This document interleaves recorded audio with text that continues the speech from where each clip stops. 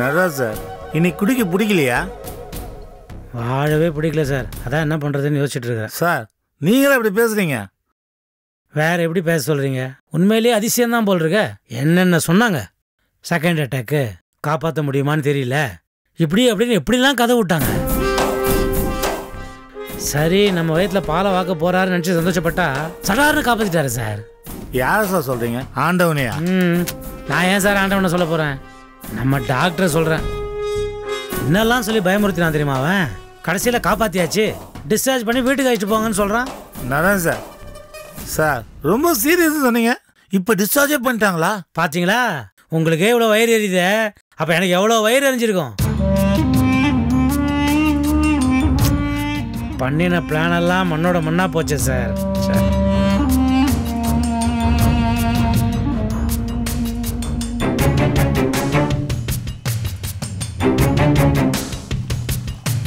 நாசமா போச்சு. தேவி மேட்டரும் ஊத்திக்கும் போல இருக்கு.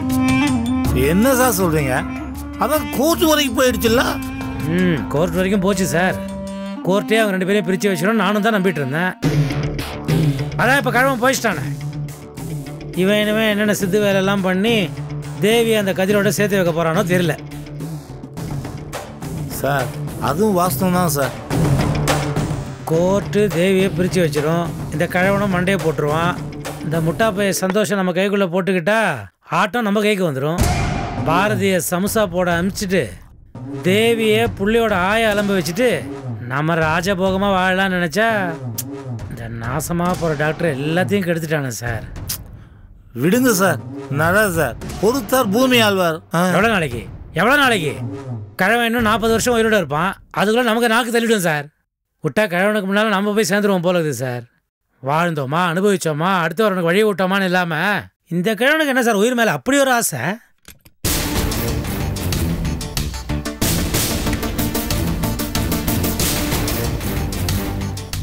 சார் வணக்கம் சார். யோ, உன்னை யாரையா வர சொன்னது? அதான் வரக்கூடாதுன்னு சொல்லியிருக்கேன்ல. இல்லை சார், சிதம்பரம் சார் ஹாஸ்பிட்டல்லேருந்து டிஸ்சார்ஜ் ஆகிட்டாருன்னு கேள்விப்பட்டேன். அதை பற்றி உங்ககிட்ட விசாரிக்கலான்னு தான் வந்தேன். நே, இது நம்ம நினச்சது ஒன்று நடக்கிறது ஒன்றா இருக்கு. என் குடும்பத்துக்குன்னு ஒரு டாக்டர் வந்து வாச்சிருக்கானே, முதல்ல அவனை கவனிக்கணும். கதை முடிஞ்சிடுச்சேன்னு நினச்சா கதிரோட அம்மா உயிரை காப்பாற்றி அவங்கள கல் மாதிரி ஊருக்கு அனுப்பிச்சி வச்சிட்டான். இப்போது சிவியர் செகண்ட் அட்டாக்கு, பிழைக்கவே சான்ஸ் இல்லைன்னு டாக்டர்ஸ்லாம் பயந்த ஆளை, சரி சிதம்பரமும் லேட் சிதம்பரம் ஆயிடுவான்னு நினச்சி சந்தோஷப்பட்டுட்டு இருந்த ஆளை என் அண்ணன் லைஃப் டைம் எக்ஸ்டெண்ட் பண்ணி எனக்கு அல்வா கொடுத்துட்டானே. ரொம்ப சீட்டிங் ஃபெலோவாக இருக்கிறான். முதல்ல அவனை காலி பண்ணுறதுக்கு ஏதாவது வழி பண்ணணும். விடுங்க சார், 2வது அட்டாக்னு ஒன்று வந்தா 3வதுன்னு ஒன்று வராமலா போயிடும்.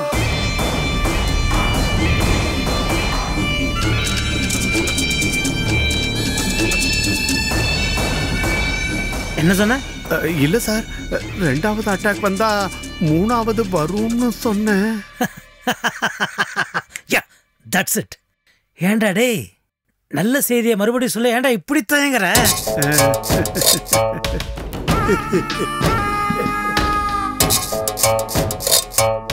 நல்ல வார்த்தை சொன்ன நாயுடு. இதுக்கு தான் உன்னை கூடவே வச்சுக்கணுன்றது. உட்காரு, நீ ஒரு ரவுண்டு போடு. இல்லை வேண்டாம், பரவாயில்ல இருக்கட்டும் சார். நீ சொன்னதுக்கு அப்புறம் தானே இதில் இருக்கிற நல்ல விஷயமே என் கண்ணுக்கு தெரியுது. என்ன சார் அது? அந்த முட்டாள் டாக்டரு என் அண்ணனை சரி பண்ணி வீட்டுக்கு அனுப்பும்போது பேக்கெட்லேயே ஒரு பாம்பு வச்சு தான் அமைச்சிருக்கான். என்ன பாம்பு சார் அது? என் அண்ணன் மகாகணம் பொருந்திய ஸ்ரீலஸ்ரீ திரு சிதம்பரம் அவர்களுக்கு வருத்தம் தரக்கூடிய செய்தியையோ அல்லது அதிர்ச்சி தரும் செய்தியையோ நாம் சொல்லவே கூடாதாம். அப்படி சொன்னேன்னு வச்சுக்கோ, கீழே போட்ட கிளாஸ் மாதிரி அவருடைய ஆர்ட் அப்படியே துரு துரு துரு துருவா வெடிச்சு சதிடுமா. அப்புறம் மறுகையா தான். Super sir.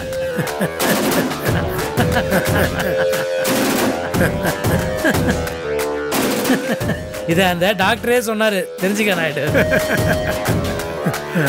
சோ 3வது அட்டாக் வரலன்னா என்ன, நாம வர வைப்போம். என்ன சொல்ற?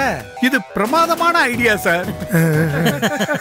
Auditor sir, happy sir. நீ ஒரு பிக்கப் போடுங்க.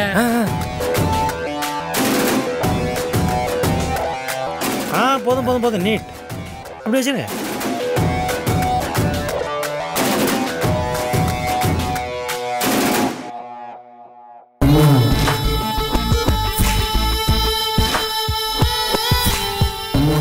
மிஸ்டர் சிதம்பரம், உனக்காக சூடா கொஞ்சம் காரம் தூக்கலா போட்டு கண்டிப்பாக உன் ஹார்ட் வெடிக்கிற மாதிரி ஒரு சூப்பர் ஷாக்கிங் நியூஸ் ரெடி பண்ணிட்டு உன்னை வந்து மீட் பண்ணுறேன். உன் உசுரை எடுத்துகிட்டு போகிறவன் பேர் எமன் இல்லை சிதம்பரம், அவன் பேர் நட்ராஜன். சியர்ஸ்.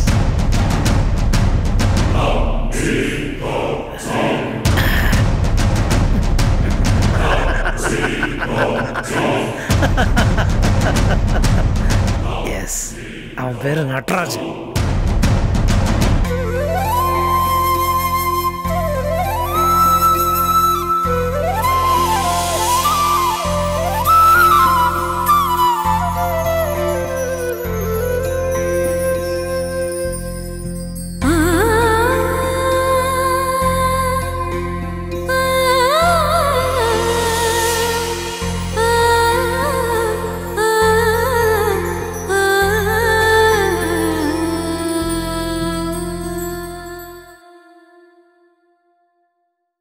மலர்,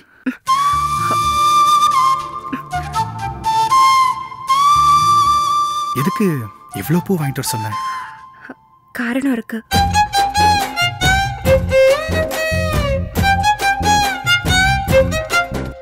என்னது? படிச்சு பாருங்க.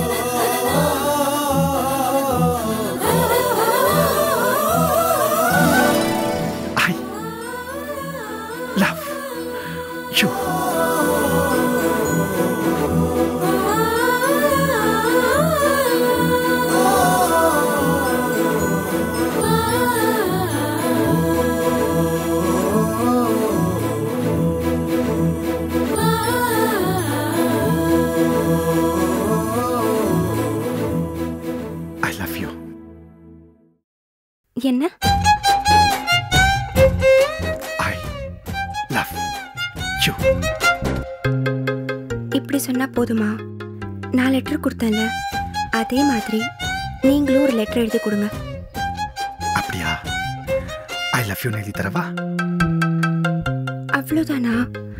கோபெரும் தேவிக்கு மட்டும் நைட்டெல்லாம் யோசிச்சு எழுதுவீங்க, எனக்கு ஐ லவ் யூ மட்டும் தானா? இப்போ பாரு, சும்மா கண்ணதாசனை விட சூப்பரா எழுதி கொண்டு வரேன்.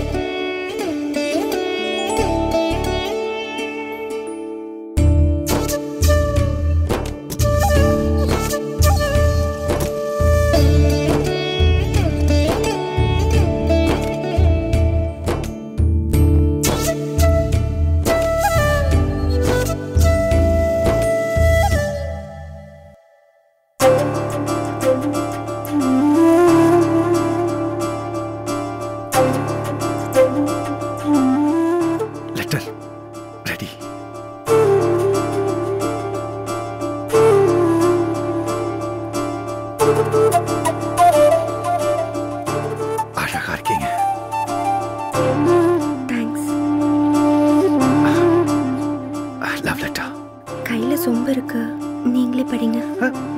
நானா? ஏன் எனக்கு ஹெல்ப் பண்ண மாட்டீங்களா? எப்படி இத நானே எழுதி நானே படிக்கிறது? பரவாயில்ல, படிங்க. அர்த்தம் லெட்டரை நான் எப்படி படிக்கிறது? என் ஹஸ்பண்ட் படிச்சா தப்பில்லை. அப்படியா? அப்படிதான். டென்ஷன் ஆகாம உட்கார்ந்து படிங்க.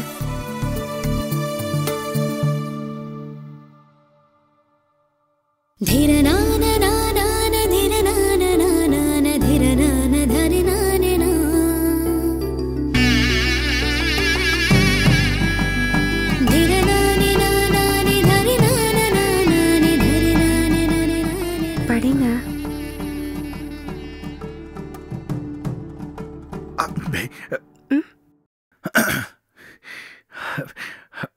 அன்பே, வானத்தை விட பெரியது என் அன்பு.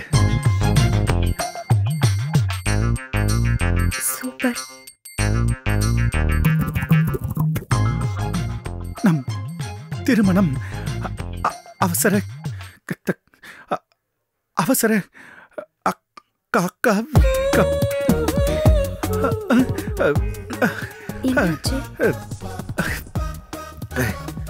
அவசர காதியில் காதிலா? Spelling mistake. அவசர காதில் இல்ல. ஸ்பெல்லிங் தானே மிஸ்டேக்கு, மீனிங் இல்லையே. படிங்க. அவசர கதியில் நடந்தாலும் அவசர கதியில் நடந்தாலும் அவசர கதியில் நடந்தாலும் நடந்தால் என்ன ஸ்பெல்லிங் மிஸ்டேக்கா? இல்ல, நீங்க ரொம்ப பக்கத்துல நாக்கு கொஞ்சம் தண்ணி தரீங்களா? பால் குடிக்கிறீங்களா? குடிக்கணுமா? அதான் சம்பிரதாயம்.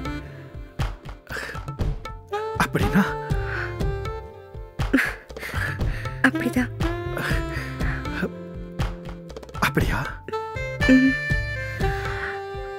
அப்படி தான்னு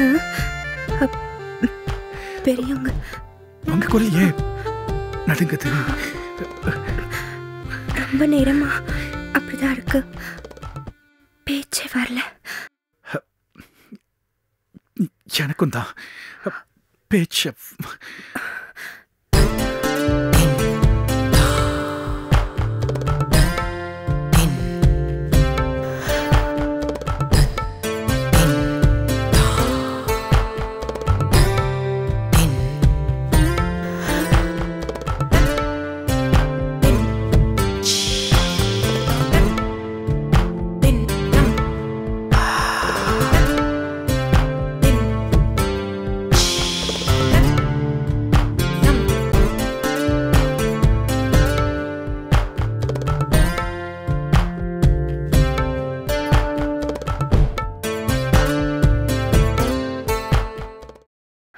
லைட் ஆஃப் பண்ண.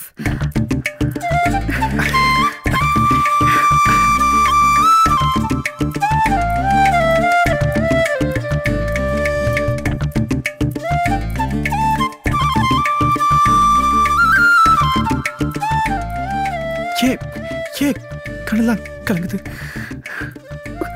I love you.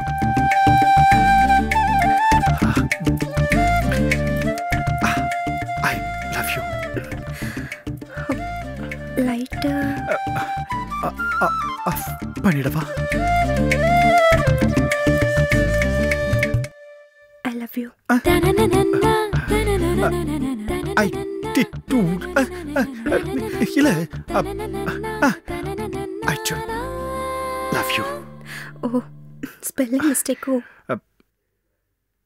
Meaning mistake இல்லைல்ல?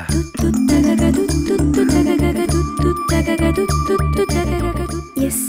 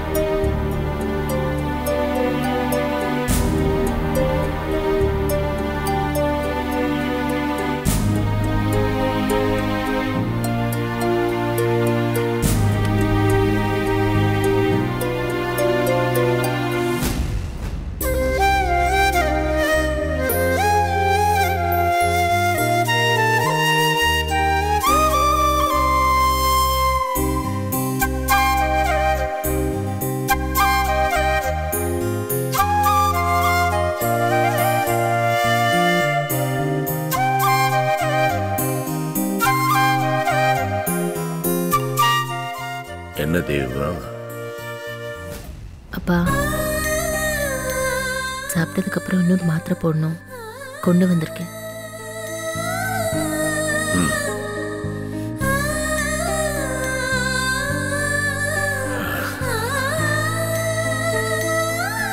குடும்பம்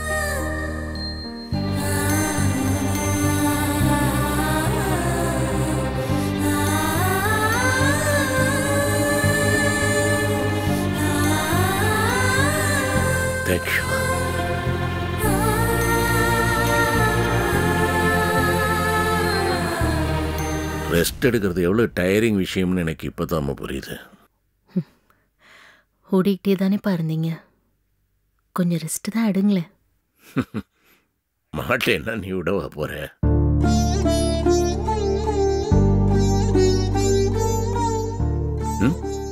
என்ன